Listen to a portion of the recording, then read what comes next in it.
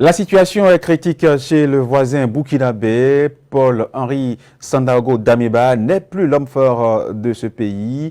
Des hommes intègres, bien sûr. Il a été renversé ce vendredi.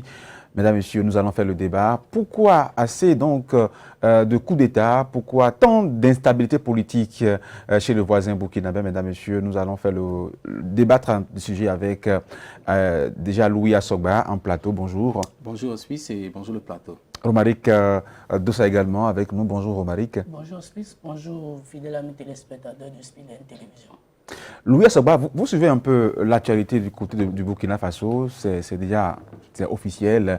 Damiba n'est plus l'homme fort, n'est plus le président du Burkina Faso. Désormais, un coup d'État l'a emporté. Quelles sont les premières analyses que vous faites là en tant que journaliste politique? Oui, en tant que journaliste, en tant qu'analyste, j'allais dire, je ne suis pas surpris, je ne suis pas étonné de cet événement qui vient de se dérouler au Burkina Faso. J'ai senti le danger venir depuis un certain moment. Parce que vous n'êtes pas sans savoir que lorsque vous prenez le Burkina Faso, c'est un pays qui a une histoire particulière depuis l'assassinat de Thomas Sankara. C'est vrai que depuis un certain moment, il y a également l'avancée des djihadistes, mais le facteur le plus déterminant, c'est l'assassinat de Thomas Sankara, qui a découlé sur la prise de pouvoir de Blaise Compaoré, son alter ego. Mais plus tard, avec la destitution ou le renvoi, n'est-ce pas, de Blaise Compaoré, qui est désormais en Côte d'Ivoire, l'histoire est construite de telle manière que on devrait, n'est-ce pas, ces acteurs, ces auteurs de l'assassinat de Blaise et de Thomas Sankara devraient en quelque sorte rendre gorge. Et dans le pays, c'est pratiquement divisé en deux. Certains qui sont du côté de Thomas Sankara, qui sont, comme on le dit souvent, des sankaristes, d'autres qui sont du côté de Compaoré. Ce qui a fait que les différents coups d'État, j'allais dire, après le départ de Blaise Compaoré, l'intention première ou bien l'exigence du peuple, c'est d'abord de permettre à ce que la justice soit rendue. Que les auteurs de l'acte soient vraiment punis. De l'acte soient vraiment punis. Mais depuis un certain moment, on constate que celui qui était là, celui qui avait renversé ou celui qui est venu après Blaise Compaoré n'a pas su faire le jeu et a été remplacé par Damiba. Damiba est venu, on pensait qu'il allait peut-être changer les donnes pour remettre la dignité au peuple burkinabé, mais tel n'est pas été le cas et on en était là quand on savait que l'arrivée, n'est-ce pas, d'un autre putsch allait être chose effective, surtout que Blaise Compaoré, entre-temps, à qui on a même décerné un mandat d'arrêt international, qui devrait être jugé au Burkina Faso, vient au Burkina Faso allègrement et repartit allègrement. À partir de ce moment, vous allez sentir qu'à l'interne, au sein des Burkinabés, il y a peut-être une tension, il y a peut-être une division, il y a deux camps qui s'opposent qu'aujourd'hui. Et quand dans un pays, deux camps s'opposent pour pareille situation, collaborer par ce qu'on appelle l'avancée des djihadistes, cela voudra dire qu'il n'y aura pas du tout une instabilité. Donc, peut-être ceux qui viennent d'arriver ont également une exigence, ont peut-être un résultat, sont venus faire un coup d'État pour une raison quelconque. Peut-être les raisons, ils ne l'ont pas évoqué clairement comme ça, mais au fond, on dira que l'assassinat de Thomas Sankara, l'épisode de Thomas Sankara, le départ de Blaise Compaoré, tout ça là constitue peut-être un enjeu très capital par rapport à cette prise de pouvoir par les militaires. On a vu sur Damiba que le procès Sankara est allé quand même à son terme. On a eu de nouveau. Lorsque vous parlez une chose est de faire un procès, une chose est de faire un procès, est de condamner. C'est vrai, on a fait un procès, on a condamné quelqu'un. Mais si vous condamnez quelqu'un, je l'ai dit tout à l'heure, vous décernez même un mandat d'arrêt international contre quelqu'un et que du jour au lendemain, cette personne-là bafoue même votre justice, se retrouve sur votre sol sans que la justice ne soit inquiétée et reçue par qui il a fait son meilleur coup. Écoutez, avant de demander pardon, il faut quand même reconnaître certains actes. Je me demande si jusqu'à présent, Blaise Compaoré de façon officielle reconnaître peut-être qu'il a assassiné ou bien qu'il a participé à l'assassinat de son alter ego, la réponse serait véritablement non. Et au-delà même de ce pardon, il va falloir que les Burkinabés soient également, comment on appelle, ait peut-être cette dignité-là, cette honnêteté de dire, voilà, il y a un feuilleton de Thomas Sankara qui s'est produit. Maintenant, nous connaissons les tenants et aboutissants, nous connaissons les vrais coupables. Ces coupables-là se sont reconnus peut-être coupables et par conséquent, nous allons conjuguer tout ça là dans le passé. Maintenant, l'autre chose que j'aimerais ajouter, vous voyez, depuis un certain moment, ce sentiment panafricaniste, c'est anticolonialiste, anti-français est en train de gagner le terrain. Aujourd'hui, le Mali est allé trop loin dans cette affaire-là. Lorsque vous prenez le Burkina Faso qui a fait un coup d'État, on s'attendait à ce que les autorités de la transition aillent dans le sens du Mali, aillent dans le sens de la philosophie malienne, contre la France, contre les exigences françaises et autres, mais tel n'a pas été le cas. C'est comme s'il y a également un deal entre les Français et les Burkinabés, les autorités du Burkina et même la Côte d'Ivoire qui est à côté. Romaric Dossa, vous avez suivi également un peu l'actualité avec le coup d'État qui a renversé donc Damiba. Votre analyse à vous? En tant qu'analyste, d'abord, je voudrais dire aux dirigeants africains que le peuple africain ne dort plus. Ne dort plus et nous sommes désormais intelligents. Et vous savez, si les partisans du mouvement patriotique pour la sauvegarde et la restauration au Burkina Faso décident aujourd'hui de descendre d'Amiba, si nous suivons un peu le discours, le 30 septembre, vous avez vu les raisons. Si on tient compte de ces raisons, et ce putsch a raison d'être. Vous voulez dire que Damiba n'a pas, en tout cas, donné suite aux espoirs placés en lui? Exactement. Et vous savez, l'idéal pour ces partisans du mouvement patriotique pour la restauration, la sauvegarde et la restauration, c'était de quand même tout faire pour repousser les djihadistes. Et vous allez voir, les statistiques, ce que nous voyons, l'actualité, c'est que ça perdure dans le pays. En plus de ça, et depuis même, si je dois compléter ce que Louis vient de dire, il a parlé de le retour de l'ex-président Blaise Compaoré. Les militaires déjà, quand Damiba avait limogé le ministre de la Défense, on lui trouvait déjà ses limites. Vous voyez, ça démontrait déjà ses limites. En plus de ça, dans la fonction publique, où nous observons que Damiba privilégie, bien favorise les promotionnaires du Britannique dans les postes, aux postes clés de l'administration publique. Vous voyez, il faut finir avec cette idéologie et penser au développement du pays. Et penser au développement du pays, oui. Et je pense bien que selon ces jeunes-là, c'est que Damiba a failli à sa mission.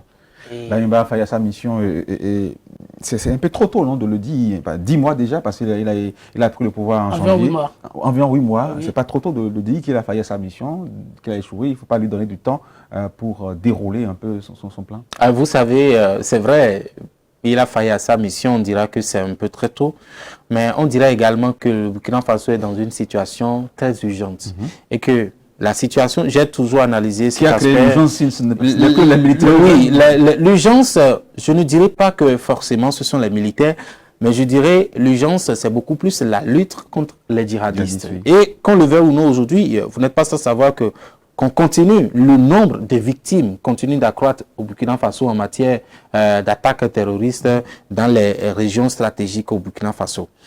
Au-delà de ça, il n'y a que lorsque vous prenez dans les actes du président Damiba, le président de transition, le colonel, vous sentez qu'il y a, je dirais, une lenteur en quelque sorte.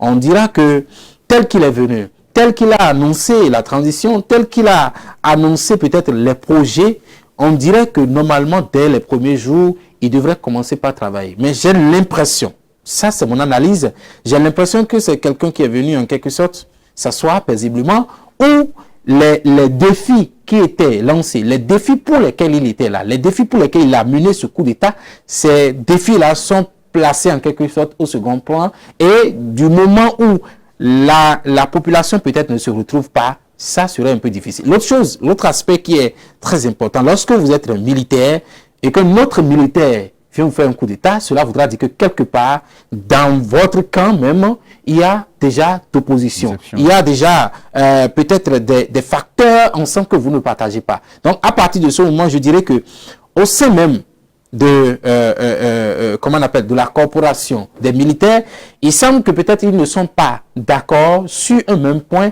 notamment peut-être sur la lutte contre les djihadistes et également la manière de mener cette transition pour que les défis qu'ils se sont lancés au départ, la manière dont ils se sont entretenus au départ, les stratégies qu'ils avaient et ensemble établi au départ pour mener une bonne lutte, finalement, si peut-être c'est un autre militaire qui vient prendre la place, cela voudra dire que quelque part, les causes n'étaient pas respectées. Et je dirais que c'est malheureux, qu'on le veuille ou non, si on devrait analyser ça comme ça pour l'Afrique, parce que, notamment pour le Burkina Faso, qui au total aujourd'hui est en train de compter 8 coups d'État.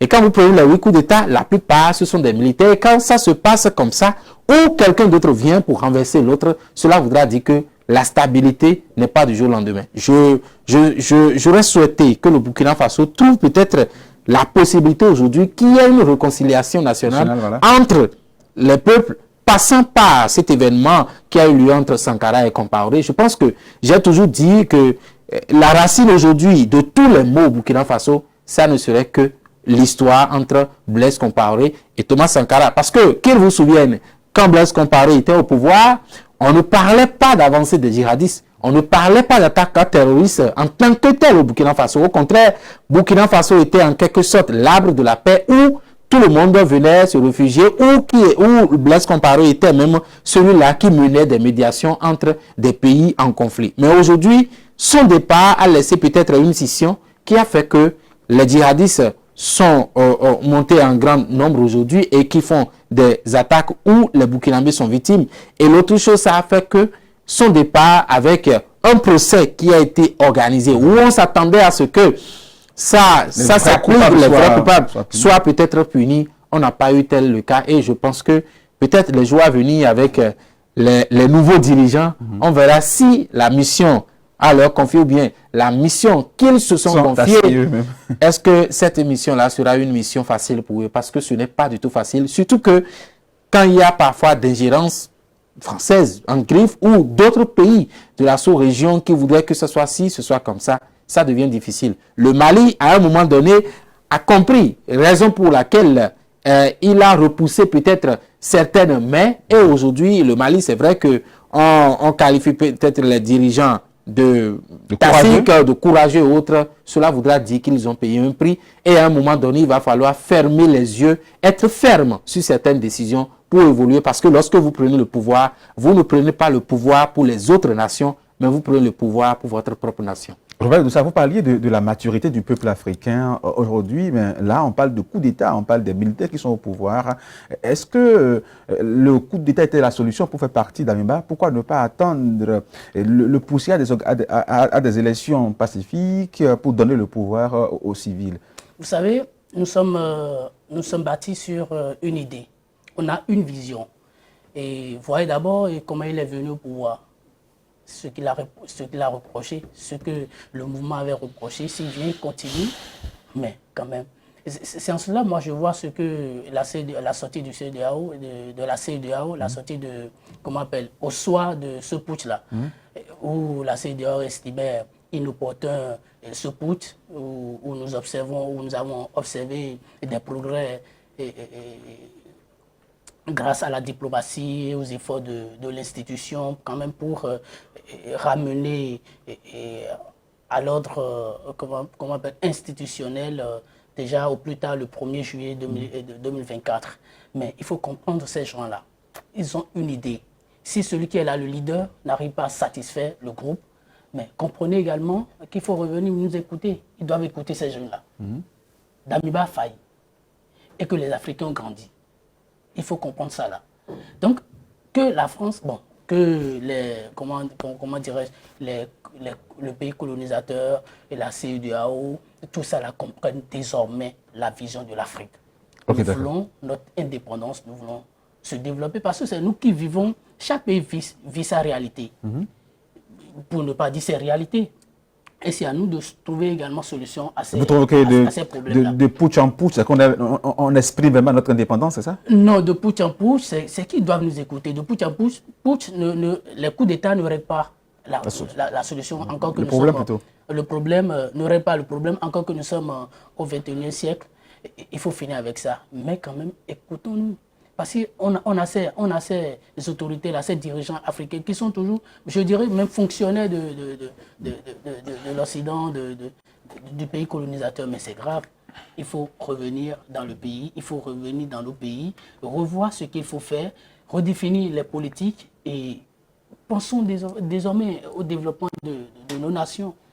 Croyez-vous?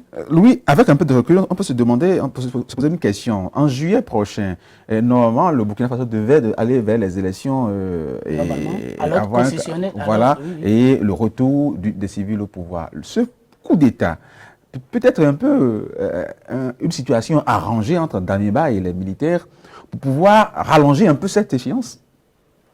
Parce que désormais, on ramène le compteur à zéro. Donc la CEDEAO maintenant, pour négocier avec un nouveau chef de la junte. Cela voudra dire que les militaires ne sont pas sérieux. Cela voudra dire, si c'est le cas, hypothèse, si cette hypothèse s'avérait vraie, cela voudra dire tout simplement que les militaires ne sont pas sérieux, que ces militaires sont en train de jouer avec les nerfs des Burkinabés de façon particulière et de façon générale.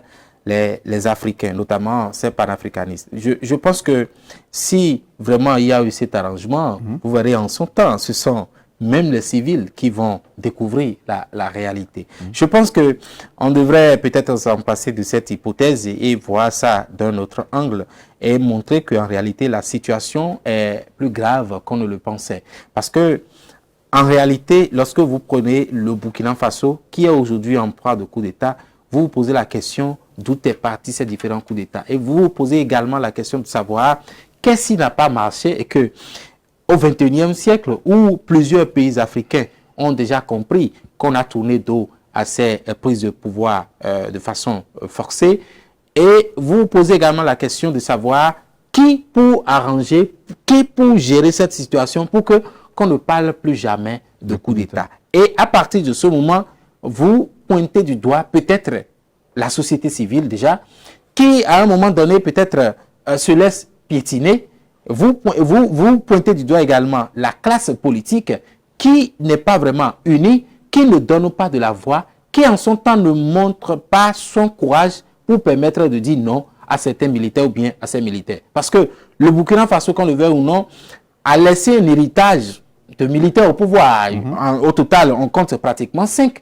Donc cela voudra dire que quelque part, il n'y a que la classe politique jusqu'à présent n'a pas encore cette maturité-là de dire à un moment donné, halte, nous ne voulons plus cette situation-là, nous gérons notre pays, restez dans vos casernes. Et à partir de ce moment, vous posez la question de savoir qui devrait venir unir peut-être les Burkinabés pour qu'il n'y ait plus coup d'État. Et quand c'est comme ça, on tourne le regard vers les pays voisins ou peut-être des grandes puissances. Mais on voit que ces grandes puissances ou encore ces pays prennent en quelque sorte parti. Je vais être cru avec vous. Lorsque vous prenez la Côte d'Ivoire aujourd'hui, la Côte d'Ivoire n'arrange pas les choses du Burkina Faso. Si la Côte d'Ivoire devrait arranger normalement la chose, enfin, la situation du Burkina Faso, la Côte d'Ivoire n'allait pas accepter peut-être un Blaise Compaoré et aller se reposer tranquillement en Côte d'Ivoire. La Côte d'Ivoire allait trouver peut-être une solution pour permettre de dire, voilà, tu as été condamné, voilà, il faudrait qu'on trouve le juste milieu pour que les Burkinabés, pour que le peuple burkinabé soit également content de ce que non seulement tu as fait ton mea culpa, mais tu as essayé de voir le juste milieu. Je prends, ça c'est le cas de la Côte d'Ivoire. Je prends maintenant le cas de la France, qui peut-être devrait être un arbitre également, en tant qu'ancien pays colonisateur, devrait être un arbitre qui devrait permettre de dire, voilà ce que vous devez faire, je vous propose telle chose. Mais au même moment, on voit peut-être une France qui, à des moments donnés, fait un jeu flou, qu'on ne maîtrise pas.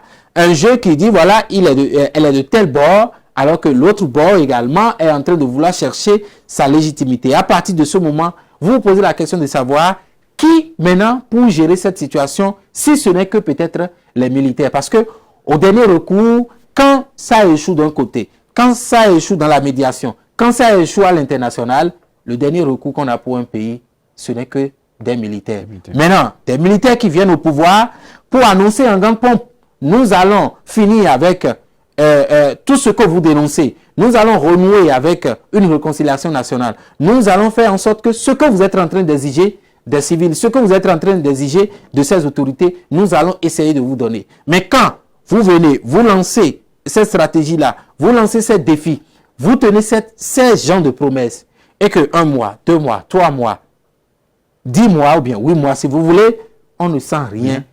Donc, en votre sein, ça veut dire que quelque chose ne va pas. Et surtout que quand ce sont des militaires, votre propre corporation qui vient encore vous enlever du pouvoir, cela voudra dire que quelque chose ne va pas, et profondément même. On parle de ça. On va parler maintenant du nouvel homme fort du Burkina Faso, Ibrahim Traoré, 26 ans, 36 ans plutôt, un genou. Est-ce que vous trouvez qu'il peut être l'homme de la solution?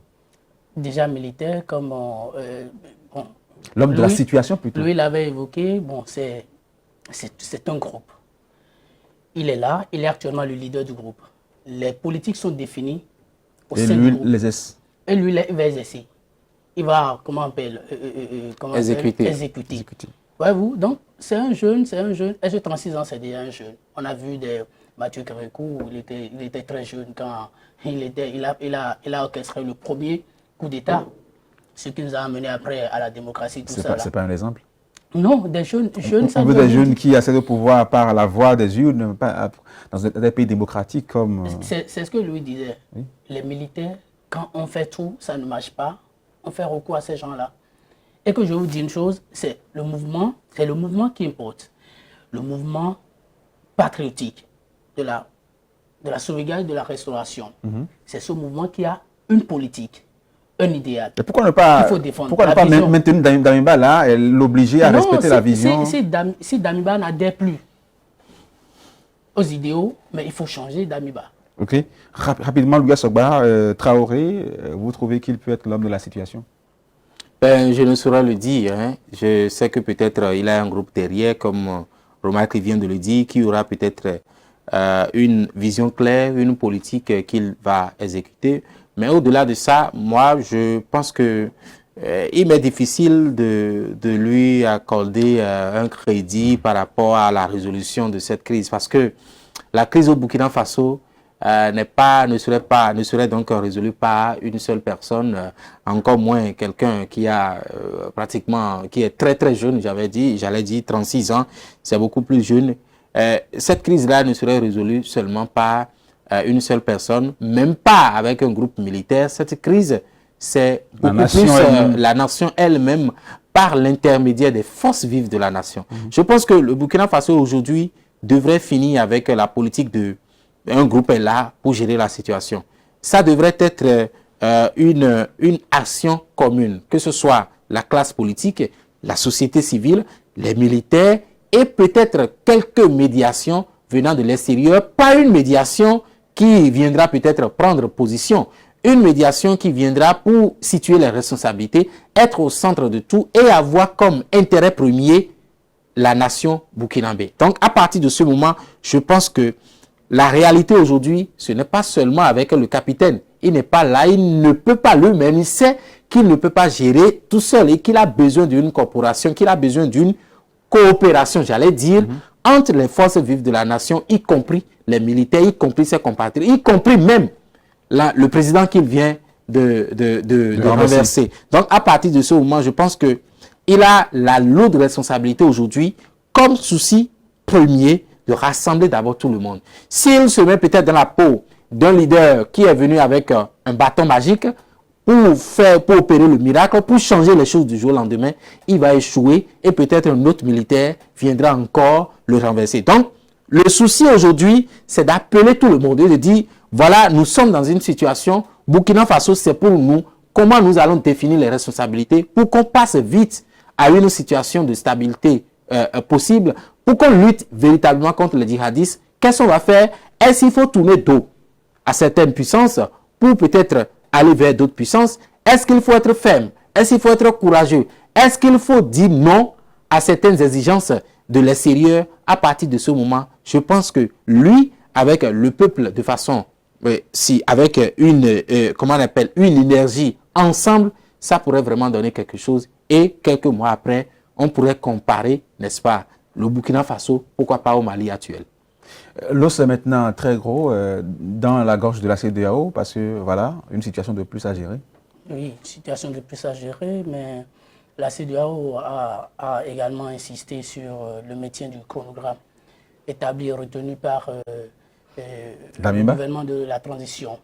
Et savoir si ces jeux-là... Non, écoutez, ça ne serait pas respecté. Sinon, les jeux, ils l'ont annoncé. Oui, bon, la CEDEAO reste toujours dans son... Ils l'ont dit qu'ils vont dissoudre d'abord la Constitution. Vous voyez, quand on parle de dissolution de Constitution, des institutions, du Parlement, donc ce n'est pas une question de 6 mois, d'un an même.